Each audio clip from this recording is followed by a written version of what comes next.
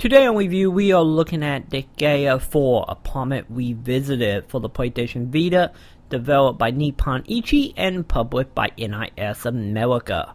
So for anyone who's not aware of what the Disgaea franchise is, think of a SRPG with a little bit of flair and a little bit of geeky humor on the side.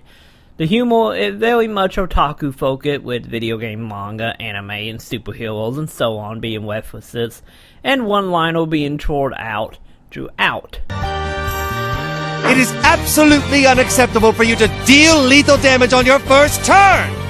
It completely ruins the balance of the game. I cannot approve of someone like you being the final boss. In fact, no one would approve of such a lousy game if it had that! The Disgaea, on the other hand, unlike D2 story, is a little more focused, and they kind of pull back just a smidge on the naughty humor. Don't get me wrong, it's still there in face, but nowhere near as blunt as it was in D2.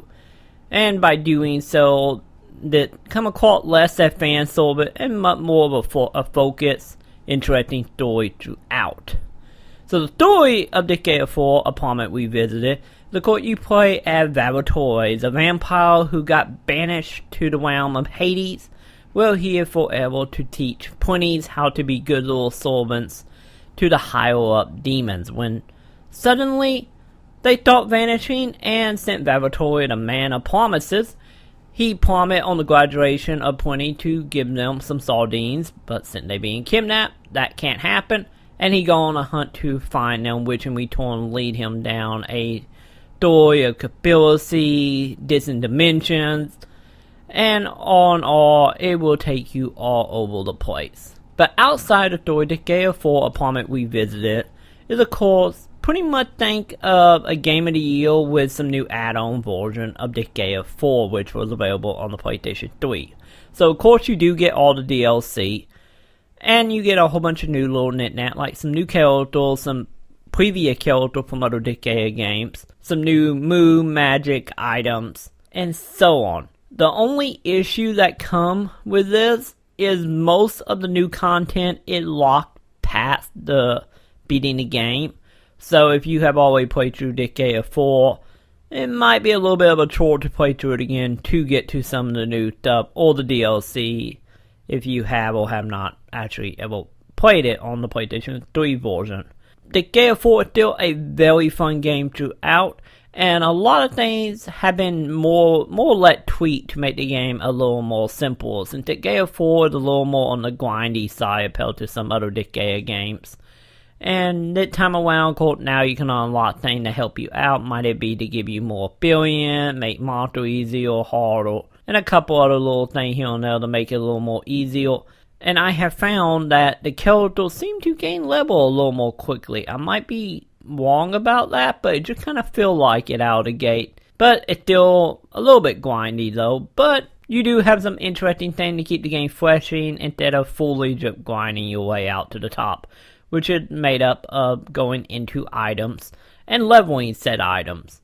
Every item pretty much have a randomly generated dungeon inside of them. Well, of course you go through, and for every stage you beat, your weapon gain stats, which in return become more and more powerful over time. And some of the new stuff that were introduced in Disgaea 4 is mainly the online focus. A lot of the online focus, don't get me wrong, is not open right out of the gate, which can be a little frustrating to some.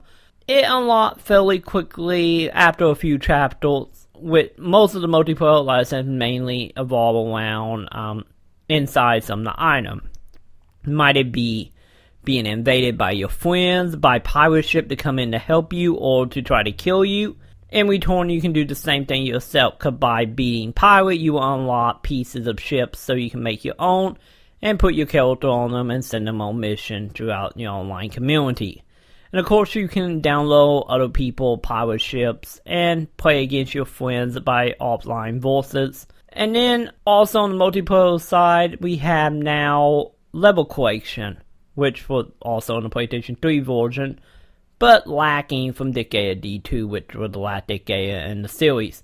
But the level collection is fairly simple, and mainly a lot of stuff is locked to you gain certain ability and certain point to unlock certain item to be able to use in your level, which in return you can share with your friend and have other people try to beat. It is nice for it to be there, but sadly out of the gate it is extremely limited and take a lot of time and a lot of work to unlock enough item to make some decent level, which is sad. And also, as I said, it might be a little frustrating to some how that stuff is not available straight out of the gate. So if you just wanting to jump in to do straight up multiplayer with your friends, just know you're gonna have to do a little bit of work before that become available. So overall, Disgaea 4: A Promised Revisit is the definitive version of Disgaea 4, and if you have been interested in Disgaea 4 and have not played it before, or just feel like playing through it again, it might be a good place to look at enough new stuff, enough new items to make it well worth the $40 price tag. But sadly, a lot of the stuff is locked behind beating the game. But the game do have a little bit of bug issues I have found, at least in the Vita version. Well, certain things will pretty much drop the frame rate down, mainly the geo panel, which, for anyone who do not know, the geo panels, I'll think of them like little puzzles when battle that you can solve, and by solving them, you will get extra ability to unlock an item, or in some cases, beat a level without ever hitting an enemy. But when you complete the puzzle within the level, the animation that appears afterwards is a little laggy. And I noticed certain voice actors, I can't tell have been changed, or if they just seem out of place, I guess. Since some voice acting, I didn't notice any in the actual game story itself, but some of the things some of the characters say while in battle seem like they have been re-recorded either by someone else, or the original voice actor just wasn't in the same state of mind. It just feels disjointed and out of place in a lot of ways. But you do have the Japanese voices if you decide to go that way. So, main issues is a little bit of frame rate issue, a little bit of voice issues, and of some of the multiplayer being locked behind certain gates, I guess you can say, and a lot of the new stuff also being locked behind the original 50 plus hour game to get to the new stuff, which is a little sad.